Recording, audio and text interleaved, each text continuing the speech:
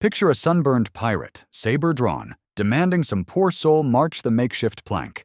Classic oceanic villainy, right? The swashbuckling legend of walking the plank has sailed straight from Treasure Island pages into theme parks and cereal boxes alike. Everyone loves picturing grog-soaked buccaneers forcing unlucky prisoners to pirouette into the briny deep, sharks circling below like it's happy hour. But clutch your eye patch. Historians have scoured the logs, and evidence for dramatic plank walking is as rare as a sober sea shanty. Pirates were fans of efficiency. Why lug extra lumber aboard when you could just maroon, shoot, or shove nuisances overboard without the DIY theatrics? Plank walking is a literary latecomer, debuting in 19th century fiction rather than on actual Golden Age decks. A rare forced swim, sure, just not the choreographed splashdown we imagine. Honestly, pirates respected their planks. They patched leaks with them, not showbiz stunts. If the myth were true, they'd be battling hardware stores for sponsorship deals. So next time you picture Jack Sparrow, remember, home improvement wasn't on his treasure map. Moving beyond their methods of punishment, another popular idea is about the legendary treasure maps pirates supposedly used. Imagine every pirate clutching a compass in one hand and a crumpled map with a bold X in the other, hunting buried treasure. Sounds legit, right? Swashbuckling across scorching sands, squinting at palm trees, maybe pausing to pet a chatty parrot. Hollywood gold. But here's the kicker. The whole X marks the spot myth? Pure Hollywood fiction, right up there with pirates saying "Arg" every other sentence. Real pirates didn't bury their loot. They blew it, usually on rounds of rum that disappeared faster than any treasure. And those famous maps? The ones that actually existed looked more like shipping logs or grocery lists. Ships plundered, 3 gallons of rum, never enough. Then a whimsical doodle of palm trees and buried chests. No dusty archives tell tales of Jack Sparrow types with doodled maps. That's all thanks to the likes of Treasure Island. If every X truly marked a chest, Florida would be paved with doubloons and empty rum bottles by now. Pirate fortune advice? Skip the palm trees, invest in a fast boat and a good alibi. Besides their supposed treasure hunting, popular culture also paints pirates with a distinct way of speaking. Picture a pirate. Did you just hear an "Arr" echo in your brain? If not, kudos. Your pop culture defenses are strong. For the rest of us, that classic pirate growl pops up faster than a rogue wave. Hollywood pirates sprinkle "Arr" into every sentence, like it's the secret ingredient in a grog recipe. You might even imagine Blackbeard sounding like a lawnmower struggling to start. But here's where Hollywood walks the plank. Historical records are about as stuffed with "Arr" as a diet is with pizza. That famous grunt owes its salty fame not to dimly lit taverns in Tortuga, but mainly to Disney's Treasure Island, 1950, and Robert Newton's flamboyant West Country accent. Newton's pirate swagger gave us the sound, but real buccaneers hailed from every port, so their speech was probably far more varied and definitely rated R for rough. So next time someone barks an "Arr!" remember, the only thing authentically pirate about it might be the sore throat you'll get trying to imitate. If legendary pirates really talked like that, even their parrots would have flown off in embarrassment. Now let's raise a toast to creative license and a far spikier, worldlier pirate vocabulary. In addition to their iconic phrases, pirates are often imagined as having certain companions during their voyages. Picture a fearsome pirate plundering ships, with a feathery sidekick squawking insults and nicking crackers nearby. It's the classic scene, cutlasses gleaming, Jolly Roger flying, and a Technicolor parrot perched on a dubious shoulder, ready to screech pieces of 8 at the worst possible moment. This image has sailed through centuries, courtesy of movies, cartoons, and enough Halloween costumes to fill Davy Jones's locker. But here's the myth we're swallowing hook, line, and birdseed. Pirates always had parrots as part of their swashbuckling ensemble. Reality? Not so much. In the golden age of piracy, parrots were so exotic and expensive that even Captain Blackbeard might have had to pawn his hat to afford one. And if he did snag a parrot, chances are it was headed for the black market, not his brawny shoulder. The real culprit behind the parrot-pirate pairing? Robert Louis Stevenson's Treasure Island and Hollywood's flair for the dramatic. Actual pirates hauling home tropical birds were probably more interested in profit than in friendship. So next time someone squawks, "Polly want a cracker," remember, it's more showbiz than seafaring. And honestly, what seasoned buccaneer wants a shrieking, fruit-flinging, poop-happy parrot ruining a perfectly good plunder?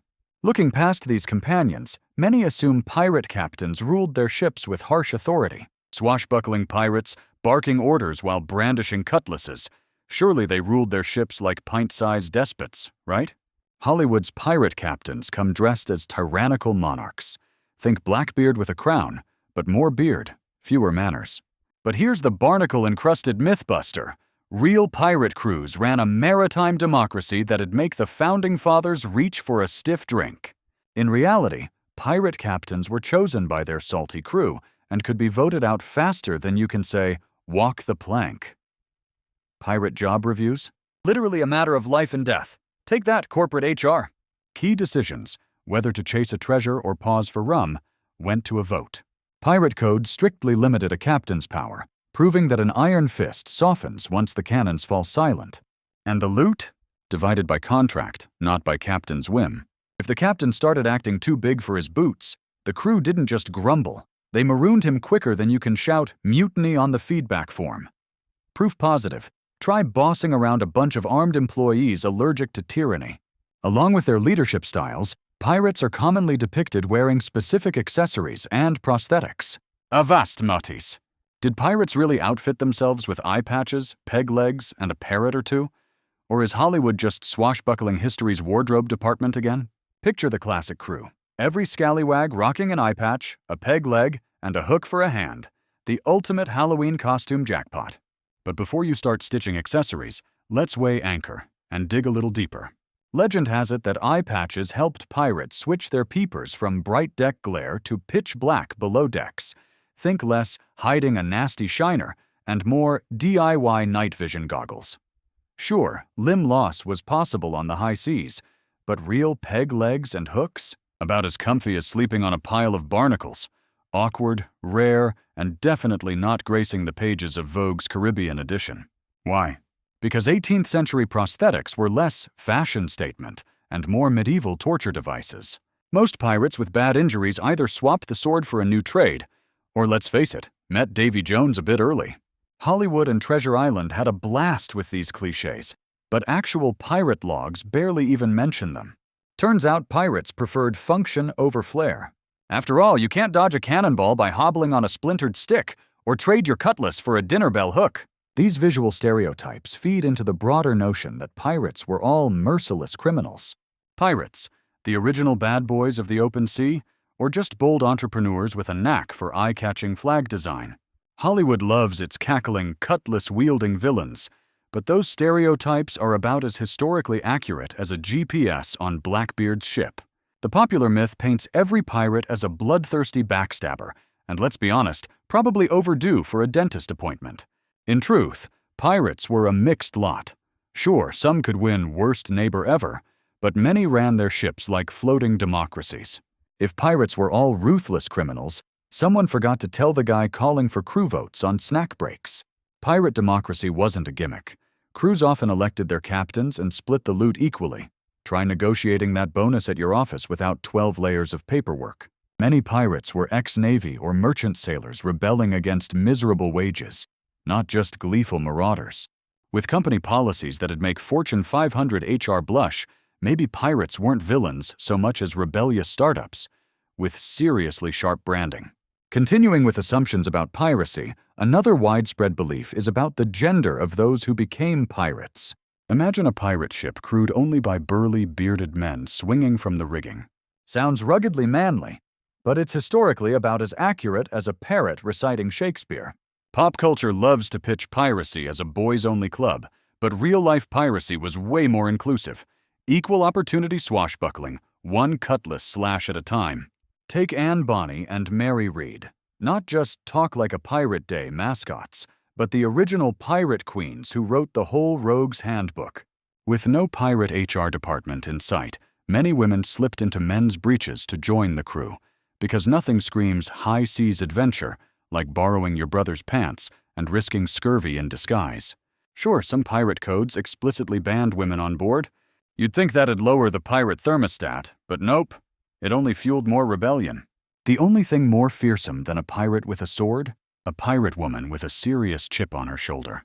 Out at sea, if you could swing a cutlass and outdrink the deckhands, your petticoat didn't stand a chance of slowing you down. Imagine if pirates had LinkedIn back then.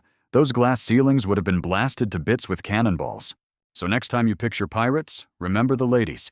They were just as salty and twice as unpredictably fierce. Further, pirate ships are often imagined as flying a distinctive black flag that signified their identity. Picture every pirate ship proudly flying the Jolly Roger, like a terrifying nautical logo, piracy's version of the Golden Arches. Easy to imagine every peg-legged captain airing out their skull and crossbones flag 24/7, turning the high seas into a particularly edgy theme park. But in reality, pirates weren't the brand managers of the Caribbean. They were the sneaky ninjas of the sea. Sure, the Jolly Roger existed, but pirates didn't treat it like mood lighting for Tuesday afternoons. Instead, they sailed under false flags, masquerading as harmless traders or friendly nations' ships. When drama time hit, usually just before a surprise raid, the Jolly Roger flew, sending a crystal-clear message: surrender now or else. Surprise was their secret weapon, not non-stop skull and crossbones branding. So should you picture pirate ships as floating hot topics? Probably not. The real piracy pros cared less about constant intimidation and more about hitting when it counted, often flying flags you've never even heard of. If pirates always hoisted their Jolly Roger, they'd have been easier to spot than a Starbucks in a city center. Additionally, popular stories focus on the kinds of drinks pirates preferred while at sea. Raise your glass and picture a pirate. Chances are it's filled with rum, right? Popular culture paints pirates as rum-chugging scoundrels, Jack Sparrow stumbling about, Blackbeard bellowing behind a flagon, and imaginary parrots clutching shot glasses like feathered bartenders. But let's send this myth straight to Davy Jones's recycling bin. Pirates drank anything they could get their hands on, from beer to wine to brandy, and on desperate days, even water, which, judging by the floating critters in it, sometimes doubled as chowder. Rum only earned its starring role because it was the happy hour special of the Caribbean. British Royal Navy sailors got daily rum rations, so when pirates jumped ship, they brought both the habit and the hooch along. Water spoiled faster than pirate accents at a costume party, making alcohol not just safer, but infinitely more fun. So next time a movie pirate raises a mug of straight rum, remember, if that were their sole drink, their livers would have mutinied long before the crew. In reality, pirates mixed rum with water and lime to make grog. More survival tactic than tiki cocktail. Sorry, Hollywood. The real pirate life was about staying afloat, not just getting tanked. Connected to their supposed treasure habits, people often believe pirates buried their loot for safekeeping. Picture the classic pirate, eye patch perched at a rakish angle, a parrot squawking insults that would make a sailor blush, and a shovel slung over one shoulder as they swagger off to bury chests overflowing with gold on some wind-swept isle. This swashbuckling stereotype is etched in Hollywood blockbusters and doodled across countless math notebooks during snooze-worthy classes. But before you grab your shovel and your best pirate R, let's talk turkey. Or rather, treasure. The myth of pirates obsessively burying loot sales straight from the pages of adventure novels like Treasure Island and a select few Poe tales, not the actual pirate handbook. In reality, pirates were spectacularly terrible savers. They spent, squandered, and sometimes traded their ill-gotten gains faster than you can say parrot poop. Pirate 401ks? Non-existent, matey. Most booty was perishable stuff. Food, rum, and cloth. Not the kind you tuck under an X unless you're worried about rivals. Or worse, the 18th century equivalent of the IRS. Fun fact, the notorious Captain William Kidd did bury some treasure, but his one-time PR stunt snowballed into centuries of hopeful digs and X marks the spot fever dreams. Otherwise, pirates buried their treasure mostly at the local tavern, trading gold for grog and questionable company. On the rare occasions loot actually got hidden, pirates often passed out face first where they marked the spot, thanks rum, or got snagged before they could return. So in short, the only things pirates truly stashed away were hangovers and wildly exaggerated tales. Moving beyond treasure, it's commonly thought pirates frequently engaged in direct naval battles. Picture swashbucklers charging into battle, cutlasses gleaming, bravely yelling every pirate cliché as cannonballs fly. Shiver me timbers. Indeed.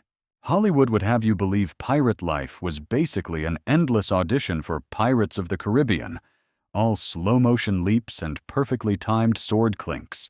The myth? Pirates regularly tangled with naval ships like heroic stunt doubles, loving a fair fight and somehow dodging every musket ball. The fact? Pirates had the savvy of a seasoned alley cat. They'd rather avoid naval vessels altogether. Survival and scoring that sweet cargo came first. Pirate attacks were less roaring broadsides and more surprise pop quizzes for slow-moving merchants whose most intimidating weapon was a slightly cranky parrot. When a big naval ship showed up, pirates usually surrendered faster than Davy Jones could say, "Boo," or turned tail and fled, hoping their leaky sloops outran the royal cannons. A pirate's idea of a fair fight? Pick the ship with the smallest crew and the fattest treasure chest. Legendary battles were rare. Real piracy was more hide-and-seek than hack-and-slash. Forget Hollywood. This was piracy by pragmatism, not blockbustery bravado. So next time you picture that epic duel, just imagine a lot more running away. Following this image of constant conflict, pirate life is often romanticized as an endless adventure. Picture pirates as swashbuckling thrill-seekers, living every day like it's the world's last happy hour. Rum flowing, gold glittering, and sword fights erupting at every turn. Legend says their biggest dilemma was choosing between a treasure map or a third helping of roasted parrot. But reality, as usual, skipped the fun brochure. Pirate adventure mostly meant endless hours patching leaky ships, rationing moldy biscuits, and debating how much grog counted as enough. Turns out democracy was alive and swaying on deck. Sorry, HR folks. More time went to waiting for wind, chasing leaks, or dodging scurvy than crashing into battle. Add in storms that made even the fiercest Royal Navy patrol look tame, and a menu stuck on eternal hardtack and salted meat, Caribbean buffets not included, and you've got a genuine pirate experience. Forget thrill-seeking. Escaping rat-infested quarters and not falling overboard in gale-force winds were high-stakes challenges in themselves. Real talk. Between swashbuckling and swabbing, pirates were original multitaskers of misery. Yet every salty slog kept the legend afloat, weathering fantasy and reality with equal grit and a generous splash of rum. While such adventures capture imagination, pirates are also commonly portrayed as figures deserving fear. Sharpen your cutlasses. Turns out not every pirate was a mustache-twirling menace. The classic black-hatted scallywag with a parrot on his shoulder? That's Hollywood slapping on one too many eyeliners. And let's face it, skipping shampoo day. Truth is, pirates weren't all universally feared sea monsters. Some even had HR departments. Enter the privateers, pirates dressed in bureaucratic armor.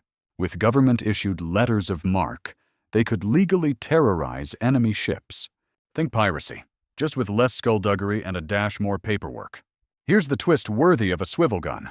The line between pirate and privateer was thinner than a cannon fuse on a windy day.